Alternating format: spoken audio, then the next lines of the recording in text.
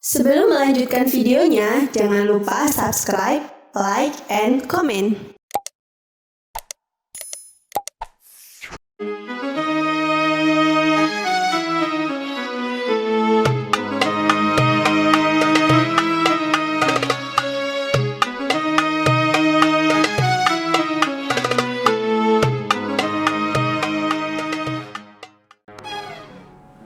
Assalamualaikum warahmatullahi wabarakatuh.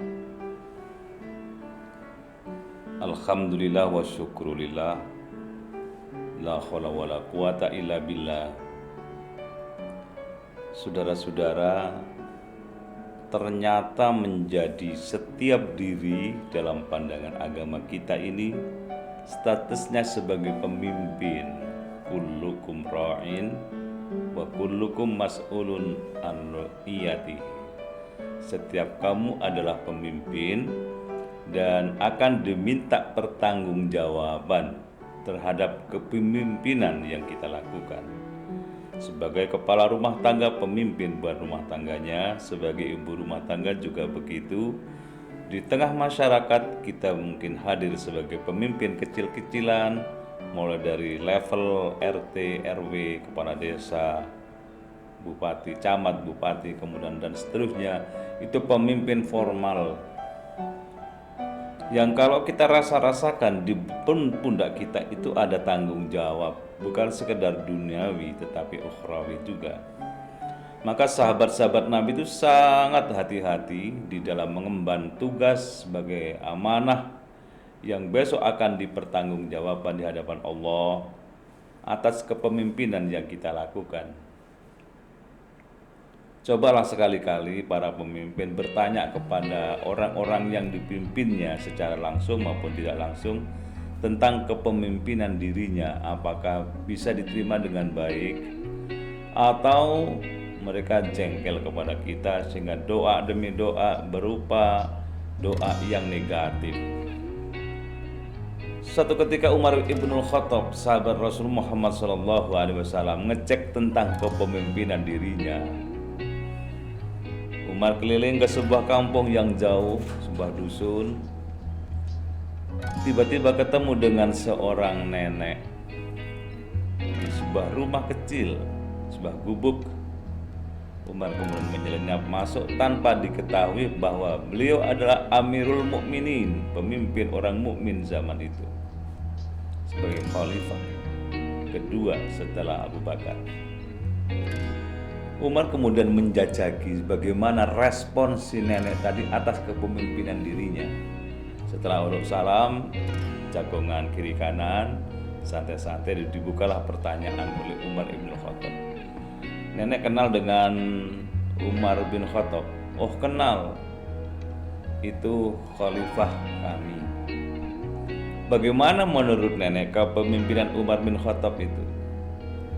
Nenek itu menjawab dengan polos, andekan Umar hari ini datang ke rumahku, aku tampar dia wajahnya. Kaget Umar.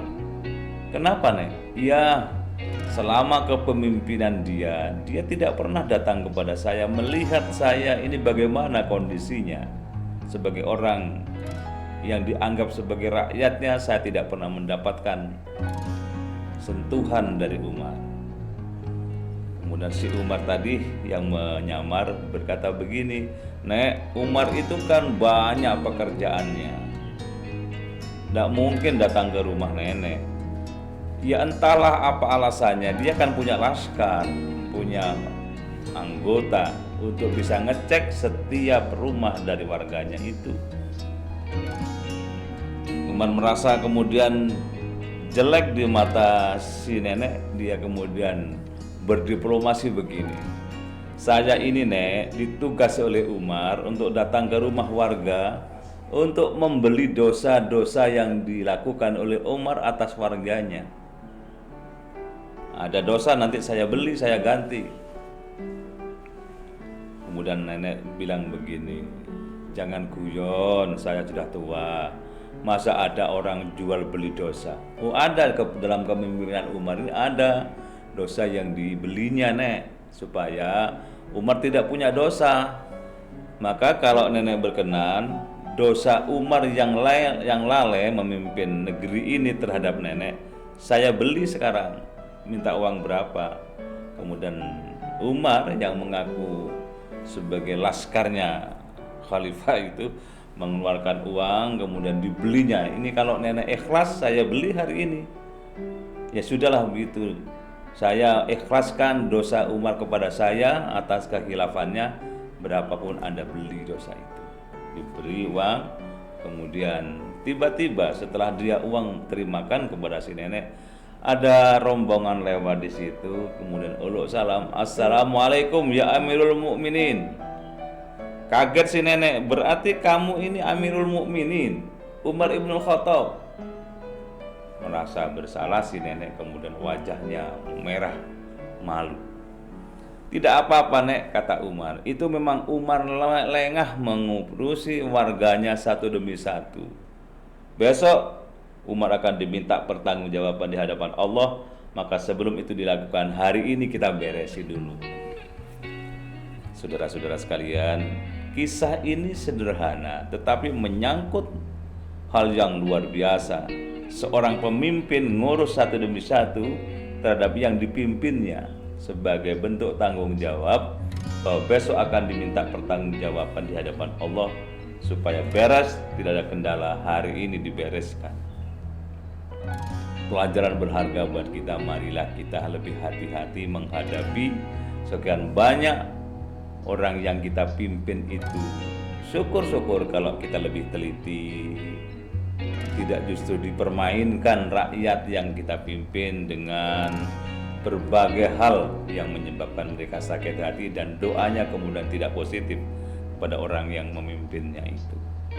Mudah-mudahan ini mengandung pelajaran berharga buat siapapun, supaya kita lebih dekat lagi kepada rakyat yang kita pimpin, dan kita lebih lagi dekat kepada Allah yang menciptakan kita, sehingga besok kita tidak ada beban. Kita sudah beres dunianya, beres akhiratnya insya Allah. Terima kasih. Assalamualaikum warahmatullahi wabarakatuh.